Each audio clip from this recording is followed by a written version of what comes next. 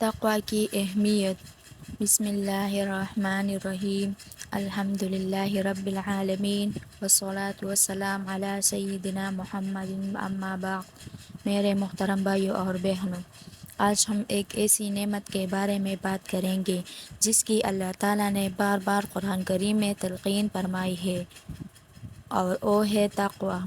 تقوی کا مطلب ہے کہ انسان ہر کام میں اللہ تعالیٰ سے ڈرتا رہے، اس کے احکام پر عمل کرے اور گناہوں سے بچے۔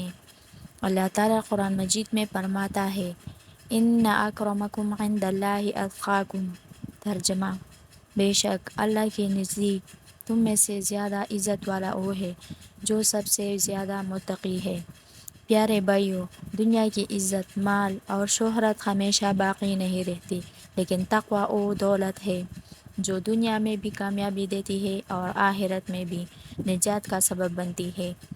اگر ہم سچ بولیں، نماز کی پابندی کریں، والدین کا احترام کریں، جھوٹ، غیبت اور ظلم سے بچیں تو یہی تقوی ہے۔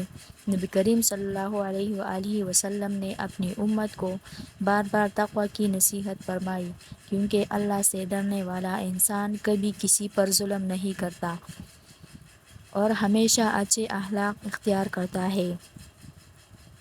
آئیے آج ہم یہ عہد کریں کہ اپنی زندگی قرآن و سنت کے مطابق گزاریں گے، اللہ تعالیٰ کے احکام پر عمل کریں گے اور گناہ سے بچنے کی کوشش کریں گے۔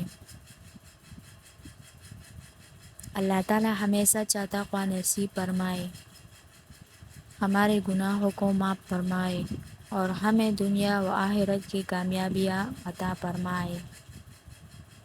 وآخر دعوانا ان الحمد للہ رب العالمین، آمین۔